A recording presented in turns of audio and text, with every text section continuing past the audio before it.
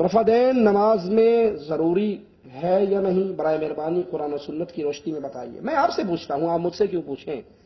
وضو کرنا نماز کے لیے ضروری ہے یا نہیں؟ کیوں؟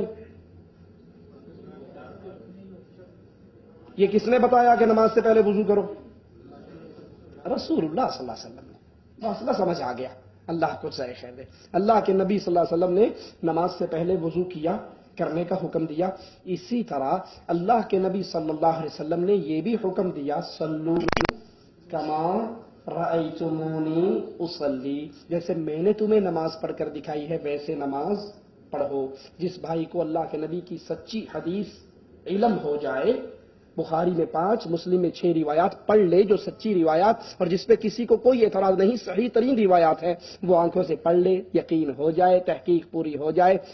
اب وہ اللہ کے نبی صلی اللہ علیہ وسلم کی نماز کو، طریقے کو اس لیے چھوڑ دے کہ جی پتہ تو ہے رفدین سنت ہے، حدیث میں ہے، لیکن چونکے چینکے چنانچے چونکے میں قادری، نقشبندی، چشتی، رضوی، نوری، سور وردی بغیر وردی ہوں، لہذا میرے شیخ نے نہیں کی تو میں نہیں کرتا، تو نماز تو دور کی بات ہے، اس کا تو ایمان ہی خراب ہو گیا کہ اس نے مقام رسالت پر اپنے پیر اور شیخ کو بٹھا دیا۔ جس کو یقین ہو جائے، حدیث کا علم ہو جائے، اس کے لیے لازمی ہے کہ وہ اس پر عمل کرے۔ اگر وہ کسی اور انسان کی وجہ سے حدیث رسول کو ٹھوکر مارتا ہے تو پھر سوچ لے قیامت کے دن اللہ کے نبی کے سامنے کس منہ سے جائے گا۔